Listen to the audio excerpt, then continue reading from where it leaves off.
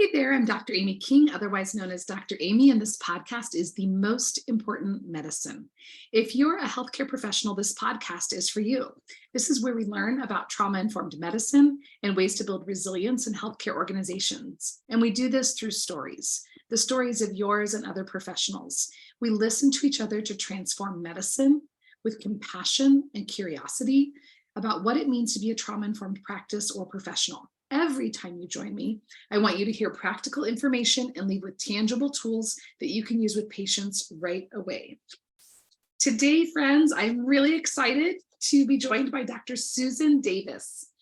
Susan has dedicated her career to promoting excellence in life-saving resuscitation practices, drawing from her extensive experience at the American Heart Association, U.S. hospitals, and rescue programs. Through her work, she and her team have trained over 50,000 healthcare professionals in basic, advanced, and pediatric resuscitation response, improving Code Blue team performance. Dr. Davis is the creator of CodePRep, a program that provides rapid and efficient Code Blue training for individual nurses, healthcare, and long-term care facilities aimed at enhancing nurse-empowered resuscitation performance. Her goal is to create a national network of high-performance resuscitation hospitals that offer continuous Code Blue team training, encouraging and empowering bedside teams to respond with utmost confidence and proficiency. Welcome, Susan. Thank you, Amy. Thank you so much for having me. I'm so glad to have you. My listeners will notice right away that I have a little bit of a cold. And as Susan and I were talking about before, the show must go on because this is important and valuable information that I want to get out to people. So everyone can just pardon my voice, but we just read your professional bio, Susan. Tell people a little bit more about who you are and what you're doing in the world right now. So I think my primary job is mom. I am a mom. I have 3 kids and, well, I guess they're probably not kids anymore. They're young adults. They're all in their 20s.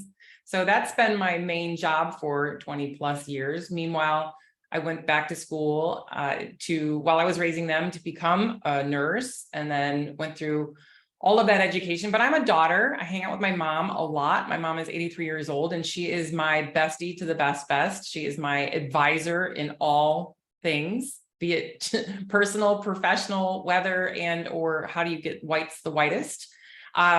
She still sews on anything that rips and or tears. Otherwise, I would just get rid of it. And then I am a Florida gal. I'm actually from Chicago originally, but I've been in Florida for 30 plus years. And I extremely love Southwest Florida where I live. I live on the water, and I like to lots of times get in my boat and go quite quickly off the rock out into the water and get some wind in my hair. So that's kind of me in a nutshell.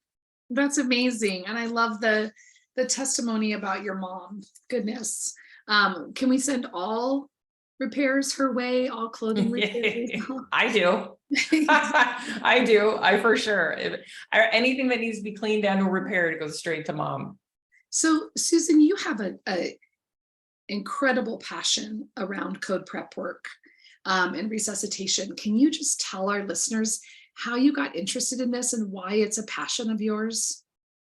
Yeah, again, this is one of those things you hear about the stories where the passion found you. This is a calling that found me. I had no idea. I was going to become a nurse in the first place. And with a background in animal medicine, frankly, the emergency room was the only thing in nursing that, well, it suited me right away. Not the only thing, but what I was drawn to. I was drawn to emergency care, trauma work. And while I was raising my children and being a trauma nurse and going back to school, one of the most heightened sense of awareness is when a patient comes in a cardiac arrest or unexplainably goes into cardiac arrest. And back then, years and years ago, we would also respond to the inpatient environment. So people think of cardiac arrest, and they often think of the emergency room or the ICU, but the inpatient population is really where the majority of our patients are. And it's considered high risk, low frequency. So it's not, they aren't thinking the way ER and ICU nurses are thinking. There was a lot more going on. They have a lot more patients to take care of.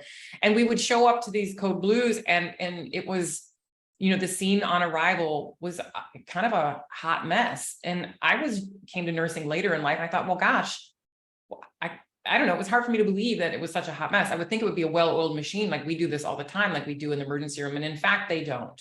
And it struck me. And I thought, well, let me take a deeper look into this. And how are we training for this? And is it adequate? And lo and behold, in my opinion, not so much. Mhm. And, if you spend any time thinking about cardiac arrest, you now know that over 80% of them happen at home. 80% of cardiac arrests happen in your home. And then just, a small percentage of them happen at the hospital. But are we ready? Are you ready? I mean, I started asking myself, you go back to your younger days when you were a mom and you worried about the choking, or you worried about, your parents having a cardiac arrest. And we think, oh, don't worry about it. I had BLS back in the day. That is not prepared. And so I started looking at this bigger picture, and we're not ready and we're scared. And it doesn't matter. Cardiac arrest doesn't care where you are, who you are, where you work, and if you're prepared or not. Mhm. But we truthfully, no matter where they are, have very few minutes to keep them on this earth if that's where they're going to stay. So when you're talking about, there's folks that are just geared up for that emergency triage, right? That we think about traditionally, but you're talking or thinking about the nurse who's on an inpatient ward that isn't necessarily seeing like urgency all the time. And all of a sudden someone codes. Yeah. Well, and frankly, it can be terrible. And what I noticed, my take home from when this was first starting to simmer on really started simmering on this. I watched them not standing tall, leaving those scenarios, whether the patient made it to the ICU and or did not make it. The slumped shoulders, the down energy, the fear, the emotion attached to being witnessing a cardiac arrest. As a trained professional, we know that it might happen.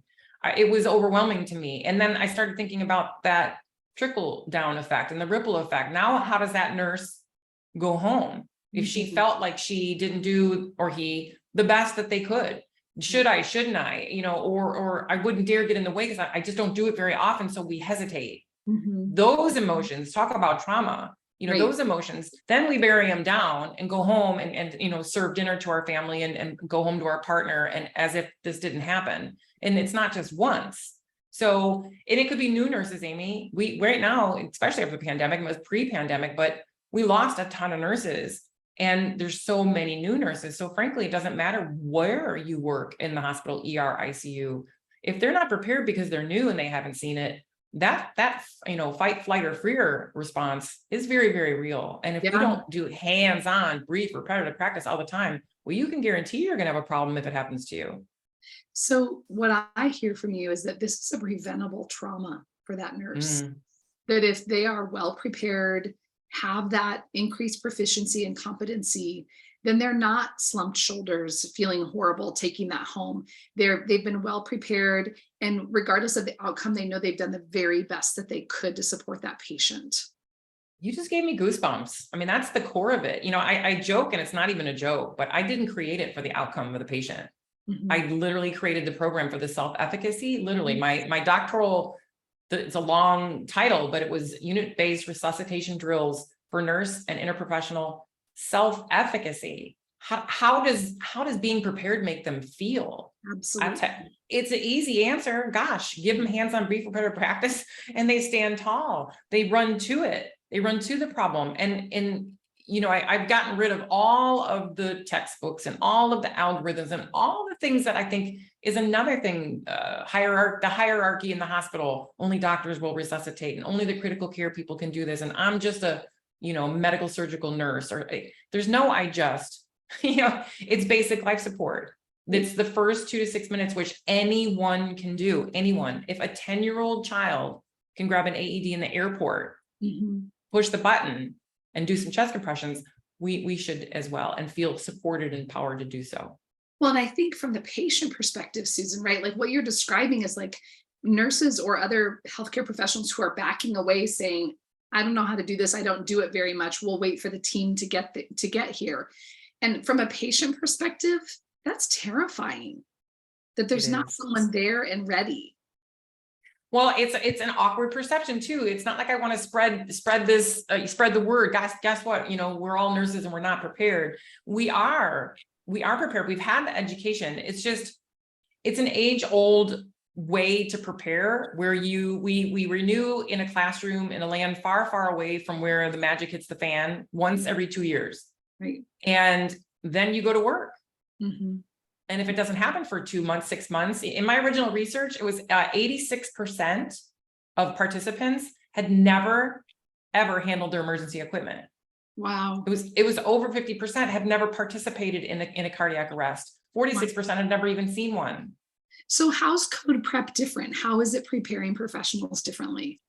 So I also have my medic license. And when I really started to look at the big picture, hospitals do mock codes, simulations. They do. How often do they do it? So I actually searched the world. What are people doing? Where are they doing it? How often are they doing it? How much are they spending on it? And what gives? Like, where's the gap? And the gap is it's not standardized. It's not nearly frequent enough. So what I did was I read them all, studied them all, and then I cut out anything and everything. People don't read anymore, really. And they want to learn via pictographs. Totally. So I took out all the extra words and I'm like, listen, guys, this is literally step 1, step 2, step 3. That's it. It's 2 to 6 minutes. So what I did was I created a program that cut out anything and everything that we didn't need. A lot of the barriers in the way of thinking like, gosh, I don't study cardiac rhythms and I'm not critical care. And that machine is going to shock. I can't do it. It's literally meat and potatoes. And it's very simple. I didn't recreate anything. I just got rid of everything I didn't think we needed. And then we repeat it. Literally 2 to 6 minutes is what I'm asking for. And we do it ongoing. So I always say, this is not cake baking class, guys. I mean, someone's dying. You have to be good at this. And then we have a duty to ourselves, not only to live up to our license and practice at the top of our license, but to ourselves as a human being. Yes. That is a family member and a community member and a church member. And, we owe it to ourselves and we owe it to our community to feel good about this. And so we walk tall when we leave a scene. That's maybe not such a good outcome. I love that you just basically you're like, I removed all the crud and very digestible and accessible for folks. It's 2 to 6 minutes. How often? So there's lots of debate on this out in the world. There is never, I could say never often enough. If it's literally, if you're going to spend 2 minutes, my recommendation is that they spend 1 whole week, that the training crash cart no longer goes into the closet any longer. So it just continuously rotates through the campuses. So it would stay on 1 unit for a week. Everyone on that unit will be required to do their 2 to 6 minutes, which is respirator 1, 2, and 3, once per shift for that entire week. And then would rotate to the next, 2 east, 2 west, and so on and so forth. And then about every 6 weeks, I say no more than every 6 weeks, but once a month. Yeah, I would recommend once a month honestly, at a minimum. Most mock code programs, they're much longer in duration. There's a lot more prelim learning. And then it's often in the sim lab. It's often on equipment that they don't use. That's another thing that I do. It's their equipment in their unit with their team. It's got to be the stuff you're going to use. So for me, 2 things as researcher and practitioner come up. One is time exchange and the other one is ROI, right? So you're asking teams for 2 to 6 minutes each shift, right? To just practice repetitively with their tools, their team. That time exchange is like a drop in the bucket for other things we might be doing that waste healthcare professionals' times, right? 2 to 3 minutes, I can scroll through, social media on a break, or I can do something really practical like this. And the ROI is life-saving for the patient and a preventable trauma for the healthcare professional. I mean, that's incredible. Preventable trauma is huge. And think about the trauma that our nurses on a daily basis are experiencing, regardless of a cardiac arrest. The worst, nurses on the way into work literally pray that this does not happen to them. It is one of the largest fears. Your patient has a cardiac arrest and you're not sure what to do. It's in your gut every single shift, every single patient. Yeah. So to hand them this easily, to me, it's a gimme. It's a no-brainer. Tell me a story of a healthcare professional that you've worked with that didn't have this training and then did, and how it changed their trajectory. So I can tell you about a patient I was training in the PICU. So we also do pediatric. Again, cardiac arrest knows no boundaries. So there isn't a healthcare specialty or frankly, an organization where you work or even your living room that this doesn't count. So happened to be in the PICU and we were training. There were 3 nurses that came to me and said, listen, we are uncertain. We are very uncomfortable. Can we do some drills? Absolutely. Come on in. So we started our CodePRep drills. And they were horrible. They were horrible. They were fumbling. They were nervous. Let's do it again. Let's do it again. And the beauty of this is once that first round gets over with, then they want more because they can see like, oh my gosh, I'm really making too much of this. It's not as much as it is. So anyway, they practiced again and again and again. Thank you so much. See ya. Lo and behold, the following morning, I got a call from the PICU and they said, we had a pediatric cardiac arrest last night. I said, no, shoot, how'd it go? Give me the story. And they said, well, you're not going to believe who ended up being rescuer 1, 2, and 3. The same 3 gals, the same 3 nurses. They had a code in the middle of the night. The code call went out to the physician on call, and there was a delay. For whatever reason, there was a delay to the sleep room for the physician. They ran that code for 12 minutes by themselves and resuscitated the baby. Wow. And everything was, that was it. So I was like, okay, so what did we learn? A little bit of brief hands-on repetitive practice. So that was a great story. Baby Savannah lived. We had another story just recently where there was a whole different campus. This was an adult medical unit, and a patient was discharged, and there was a transporter taking the patient down to go, right? The husband was waiting downstairs in the car. Transporter has the patient in a wheelchair. He's waiting at the elevator. So the elevator doors open and a patient care tech was coming off of the elevator. She took one look at the gal in the wheelchair that was being discharged and said, we have a color-coded score. So green, yellow, red, and she was a red, meaning not look good. And it's an instinctual green, yellow, red. We don't get carried away. I also teach that. So she said to the transporter, this patient's a red. You need to take her back. And he said, no, she's discharged. She's going home. And she said, Wow. you need to take her back. She's a red. So these are now a patient care tech and a transporter arguing. So the gal won. They turned around, went back to the unit. As soon as they got on the unit, that patient coded. Wow. The team had just done their drills or had been recently doing their drills. They got the equipment to her, got the pads on, used the equipment, and they shocked not once, but twice before the critical care outreach team arrived and revived that patient. Patient went to the ICU. That would have happened in the car with her husband. Yes. We were just moments away. I have So goosebumps because, at the end of the day, Susan, I feel like when we share stories, it's how we transform medicine and how we heal. And I feel like this is somebody's baby. This is somebody's wife, right? And these are critical minutes that you're buying back for these healthcare professionals. critical minutes. It's 2 to 6. That's all we have. People don't realize when you're in your living room, the national average time for a rapid response team in a hospital to arrive to the scene is 4.3 to 4.5 minutes, 4.5 minutes. It could be 30 seconds, but the average. And people don't realize that it could be a second code or a third code. So every single minute counts. But we're supposed to be having excellent compressions in the progress by 1 minute and use your electricity within 2. Mm-hmm. So when you're in your living room, the time for EMS to arrive, depending on where you live, is about 9 minutes. Yeah. So they stretch that electric time to about 3 minutes. So 1 minute to compressions in 3 minutes, but every single second is loss of our human, loss of their brain capacity, loss of them to wake up. I mean, we can save a lot of people, but if we can't save their brains at the same time, and people don't, oftentimes, Amy, people think about compressions as about saving the heart, and it is. But it's more about saving the brains. Yes. Saving the heart is cool. That might get you a ticket to the ICU, but saving the brains is cooler. That gets you a ticket home. Yes. And if you don't do jam up compressions, not, oh gosh, I'm scared, I'm not sure what I'm doing right. I'm just talking compressions and electricity. Those are the only 2 things that are proven to actually save a life. All the rest of the stuff that they're worried about, the critical care stuff, the drugs, the rhythms, and what is it saying? They don't have to know any of that. The machine knows. People just have to, out in the world, we're talking about bystander CPR, bystander. Yeah. I hate that word. I don't want people standing by. I want people standing ready. Agree. You need to be ready. Performance. This high performance thing is really, it's transforming right now in my mind, because I've been always thinking of this high performance, nursing, healthcare people who work like a, pit crew style drill, and they just got this.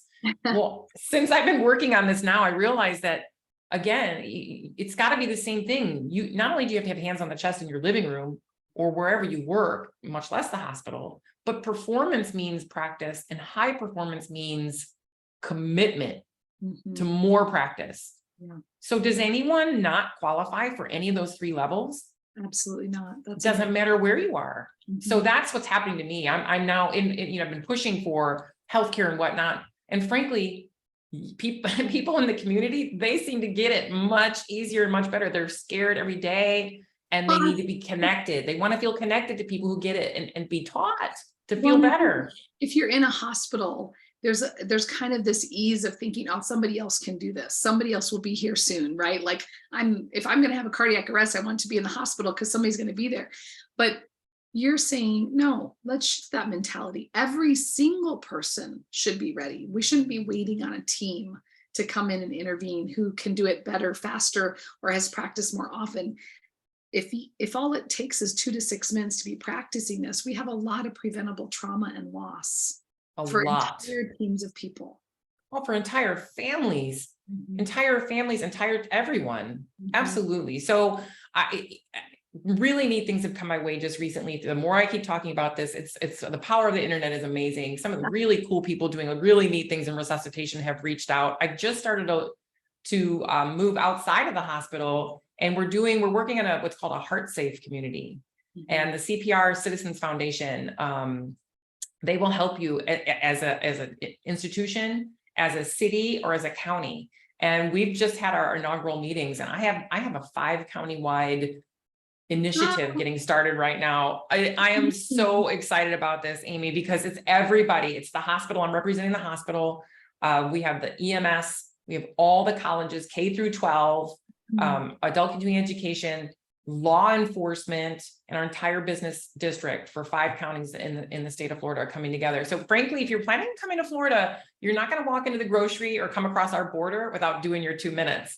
And we're creating, it's one thing for it to be in healthcare, that's the certification. And I think that's a barrier. Everyone, if you aren't certified, then maybe you can't do it. We're saying heck with that. We're saying 2 minutes on anything, on a 2-liter soda bottle. If we can show you how to do it right, you need to be ready, whether you're at home. I mean, the American Heart Association created a course called Friends and Family, because you're likely to be around your friends and family if you tank. Now, what is it called again? Heart-centered communities? It's called Heart Safe. It's super cool. So it's going to be a designation that we get. Love it. And we have to have a commitment that 15% of your population have to have hands on the chest, one way or another. No certifications, no fancy stuff. Just, this is how you do it. Push hard, push fast, call 911. And then if you can't have it, if there's not an AED nearby, what are you going to do? You're going to call 911 and push hard and fast. Yep. And any compression is better than no compression. So standing by is uncool. Standing ready is what we're after. I feel like we need to create a movement, Susan, where it's like, I don't want to go to a hospital that hasn't had this training. I don't want to be part of a community that hasn't done this. It's not a heart safe community. I want to know that regardless of what healthcare facility I walk into or long-term care facility, that there's someone there who can help save my life or somebody's life that I love. You're not even kidding. I was talking to a gal yesterday. She's like, I'm going to bring this to my PTO. They're not going to be happy. My school, my kids, I'm like, you're going to want your kid's school to be involved with this. What if their teacher drops in front of them? Think about the trauma on those babies going to go home after seeing cardiac arrest is not pretty. It's scary as all get out. Yep. People change all kinds of crazy colors. A body is dying. It's traumatic. And the try to save them is traumatic. But we have to, that whole feet don't fail me now, hands don't fail me now. We don't have that option. We have to, and the children, they have less in the way than we do on why we shouldn't do it. So if we empower them to do it, They love it. I'll tell you another really cool thing on this. They're not huge worried about mission. liability, Susan. No, they're not. Well, we have a lot of things that protect us, by the way. There's a lot of things that protect us as just community members, citizens, CPR ready citizens, if you will, CPR ready citizens, CPR ready organizations, and CPR ready hospitals. There isn't anybody who doesn't. If you have a heart, you qualify, Amy. So here's a cool thing. There's a gal in the UK. She works with K through 12, and they do, it's like a continuous Easter egg hunt for the kids. When you're out and about with your family, wherever you go, you have them search for AEDs, and they can take a picture of the AED and upload it, and their school, and then it goes into our registry, and the school gets credit for the number of AEDs that your kids are finding. So this is a movement. If you have not done your 2 minutes of CPR, and I'm working with a really cool company right now that's coming in to help me on this. I'm looking at a collaboration. They've got some amazing technology right now, wearable tech as a watch, but you could also get it through your phone, where what we're going to have them do for those 2 minutes, the first minute, we're going to put it on incognito. So they're just going to go and do it so that you now know what is your skill today. And then the second minute, we're going to let it coach you, the rate, the depth. And so you'll be able to get in 2 minutes, where was I and where do I need to be? And then you would be now captured in that registry. So when we start to train larger groups of people in your community, whether it's every sporting event, whether it's, you can do bus stop CPR, you could set up six little salad bowls upside down and do 6 people at a time waiting on the bus stop. So basically, there should not be anyone in your community that doesn't get their 2 minutes in. Then they would find out where we're doing the next one, and then we would recruit them to help us. Recruit you for your church, recruit you for whatever you're already doing with your family. Every soccer game, there should be a setup of 6 to 12 salad bowls. Right. And let's do some compressions. We never want to hear again. This is what I'm hearing you say. Is there a doctor in the house? Never. Somebody else can respond to that and not be a bystander, but be ready. Yep. I don't ever want to see on the TV news a giant crowd of people around one person trying to save someone's life. I mean, standing by is not cool. Yep. So if I'm a nurse, a healthcare professional of any type, or even just a lay person, and I'm listening to this, I'm hearing you say some pretty creative things about, even if my organization hasn't, bought CodePRep or become a heart safe community, I can practice every day. I can practice every week my compressions. Yep. What's all the time. It's something that I have at home right now, Susan, whether I'm a healthcare professional or not, that I can practice on. So there's a million micro learnings that the American Heart puts out. You can Google just see hands only CPR from American Heart, and also from the American Red Cross. And you can, if you watch them, they're short, they're brief, and you can use a pillow. You can use a book. You can use a 2-liter soda bottle. You can use a rubber salad bowl upside down. It's just a matter of how, getting on there, feeling the pressure, and how fast and how deep can I go? And every compression is better than no compression. So it's recognizing the problem, call for help, begin compressions, and then use your electricity if it's nearby. And that's the other thing, Amy. People don't, we talk about AEDs. Most people don't even know what they are. I mean, it's an automated external defibrillator. When the heart is dying, it's fibrillating, wooga, wooga, wooga, wooga. It's no longer going lub dub, lub dub, lub dub. And we need electricity to snap some sense back into it. So, I mean, and that's, again, hands-on compressions is the #1 best thing. If there's an AED around, it's really easy. You open it up, you turn it on, you push the button, and that's it. Put the pads on, push the button. That's how easy it is. Anyone can do it. So let's just say you live in an area where you have a gated community. Do you know where your AED is? Where is it? It's usually by the pool. I always say, if Sally lives closest to the pool, you should be friends with Sally. Because she's got 2 minutes to get it to you. So create a neighborhood watch for where's the closest AED, and set up your phones where whoever is closest to the AED. So there should not be, we're saying, like, I started this for our local community, and then it went to 5 counties. Well, there's 67 counties in the state of Florida. So that's, and I'm like, literally, you're not going to come across our border, because you cannot come in our state if you are not dedicated to saving someone's life. And that's the kind of mission that I'm on now. I started with nurses feeling comfortable in their own skin for these skills. so that they go home feeling comfortable in their family, in their home, in their community. And now I realized the mission is exactly the same for everybody.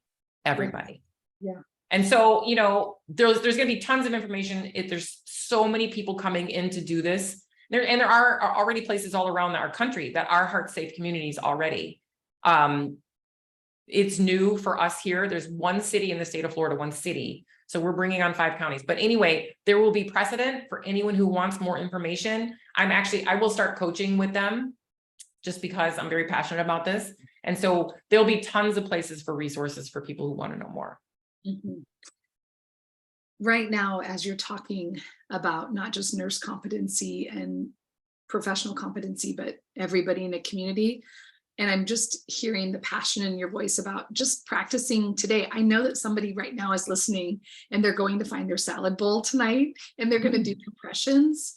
And it makes me almost tearful, Susan, like that's a life that you just saved. It's incredible the type of systemic change that can happen because of one person's passionate presence that starts with a seed of like increasing competency and grows into, you know what, everybody can do this. You gave me goosebumps again. That's probably my 3rd set during our conversation. And, it's so funny. I've been on such a mission for so long that I appreciate you saying that, because I lose track of that. I just keep going. And when it's a big project, but it's not, guys, less is more. 2 minutes.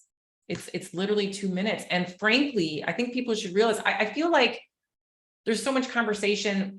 There's words that we use that become trendy and then they're overheard. And I think cardiac arrest and CPR, the words are so old. I don't know if it means anything to anybody anymore.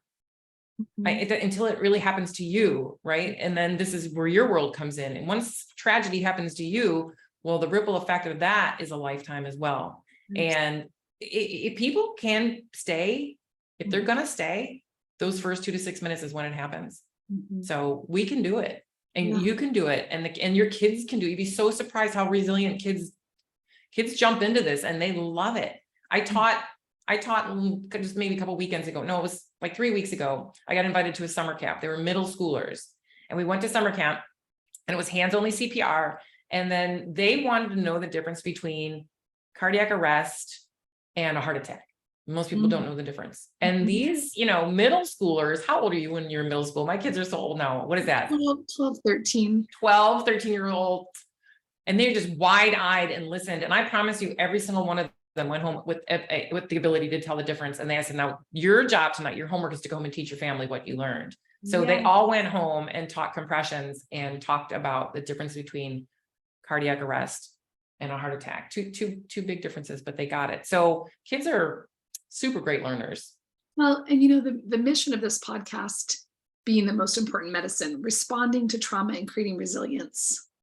And that's what you're doing. You're creating resilient folks by saying you have more competency and more tools at the ready than you realize. If you have a heart, right, then you can learn this. And if you have hands, you can provide the compressions to save somebody else's life.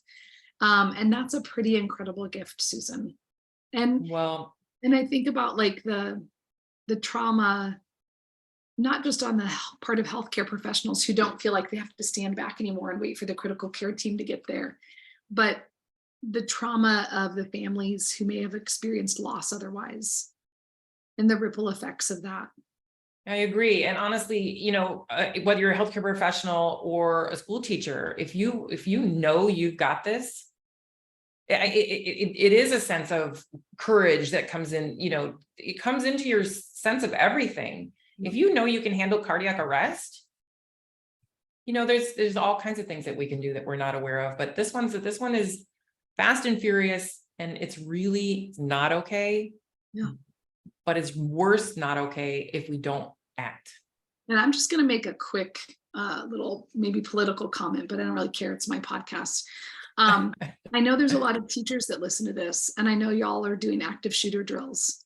And the likelihood that somebody's going to bring a gun to your campus, I know is terrifying, but the likelihood that somebody's going to have a heart attack, your janitor, a dad at a conference, a mom at a basketball game, a child in the gymnasium, or one of your own students is much higher than that. And if isn't you're it? ready for that, like we practice active shooter drills and earthquake drills, and the likelihood of that actually happening, despite the news, is pretty low. But the likelihood that somebody has cardiac arrest in your presence is pretty high. And so this to me is like readying the population to say, we're one way to be trauma informed is to be trained in what this looks Mm. like and know what to do and be able to act appropriately to prevent the fallout effect of not knowing. So I just want to pitch that like when you mention educators, I just feel like, we're talking They're about big. I agree, and you're right on with that. And think how many educators there are in our country. There's 400,000 cardiac arrests a year, and it does not discriminate, and it loves gymnasiums. It loves gymnasiums and soccer fields, yeah. football fields, and so on and so forth. So agree with you. Being ready and agreeing to the training and commit. That's what I love about performance.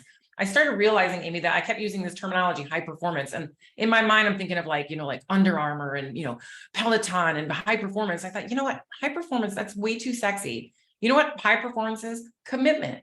It's just a commitment to ongoing practice. Performance is practice, and high performance is just a commitment to ongoing practice. So you should not only do your 2 minutes with your family, you need to run the drill. And I can help you guys run the drills. I can create the drills. It'll be on this app, by the way, that we're putting together right now. For the citizen, it'll be the 2 minutes. How do you do your 2 minutes? And then how do you do a drill in your family, in your living room, in your home? What's the drill?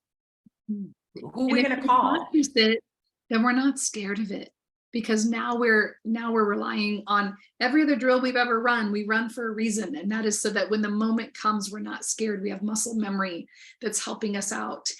Even though emotionally we're terrified, we have the practice of having done something. That's why it works. And it is terrifying. So if we can mitigate any of that terror and get action, and it doesn't, the same thing at your business. If you haven't done a code drill at your place of business, where's the AED there? What's the plan besides everyone huddle around and call 911? What's the drill?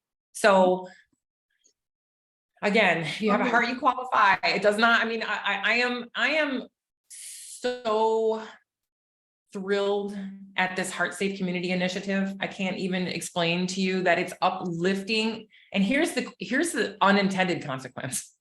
Connection, serious collaboration. The only way we can fail is by failing to collaborate. Oh, love that.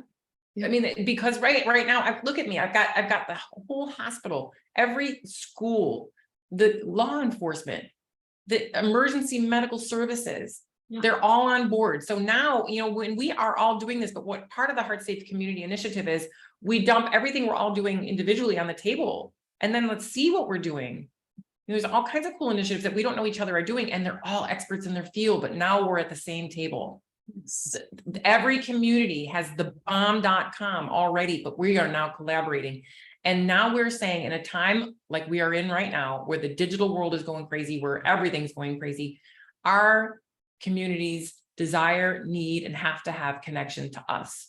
Yes. And so that's the beautiful thing as well. It's connection. It's not digital. This is hands on the chest. This is real connection. Mm-hmm. I could go on and on. I mean, I know that all of our listeners are hearing the passion and purpose in this. Let me wrap us up by just asking you a couple of rapid fire questions. Okay. What's one thing people get wrong about your work? It takes a doctor to do this. It takes a lot of education to do this. That's no way. Wrong. Awesome. If you could go back and talk to young Susan, what would you tell her? I would tell her to get started much sooner. There's so much more people and there's so much more to do. I'm on a runway now. And if I would have started this earlier, you'd already be doing it and I would already be doing it. So young Susan would have, instead of travel around the world and picked 40 different specialties that she studied in 80 different degrees, she would have zeroed in sooner, seen and met this need perhaps, and been able to get the world out. Because this is a global situation, Amy. Here we are complaining and not getting it right. And we have every advantage that this world knows in our country. And there's countries around the world that they might have one defibrillator that's 30 years old in the entire hospital. So I would have started sooner. Yeah. Often in healthcare, we get intimidated by professionals. Will you share one thing about you that makes you just perfectly imperfect as a human being? Perfectly imperfect. I am too much, too loud, to me almost everywhere I go. I've sometimes, because I'm so much, I can be intimidating, and it's like the last thing I want to be. But the imperfect me is 3 weeks and 3 words ahead of anyone and everybody. So I often go right over in like a bulldozer under everything and everybody because I'm so passionate. So Thank I have to learn to goodness. put on the brakes and tone it down just a little bit, so that, because if they're not getting my message, then what good am I anyway? Oh my gosh, but thank goodness at the same time. Okay, last question. It's 11 o'clock at night and you have a food craving. What do you reach for? Dark chocolate. Dark Awesome. chocolate Duncy. If it has peanut butter nearby, that would be great. Ooh, Yeah, same. I'm gonna stick to the dark chocolate, peanut butter, dark chocolate with almonds, dark chocolate with some dark chocolate. Yes. Um, so if people want to find you, I'm going to link up to your website. I'm going to link up to the Hands Only CPR website that you mentioned. Are there other places that you like people to be in touch with you? Yeah, you can find me on LinkedIn as Rescue RN, and anyone, I'm really good about my emails. So I'm kind of a psycho email answerer. If you have any questions about anything, rescuern.com, you can find me there, or message me on LinkedIn. And if it's not even, work or anything related, you're just curious about this heart safe stuff, that's going to be I'm so into that conversation right now. It's way more fun than my day job. So it's very much tied together. It's very much tied together. My work that I do in the hospital, I'm now doing in my community and in people's homes. So it doesn't get any better in that. So just reach out to rescuern.com, and I would love to have a conversation with anyone who wants to know more. Awesome. Thank you so much. And I just want to say from the bottom of my heart, I know that people listening today have more information, and knowledge is power. And so I know that a life was saved today, probably many lives.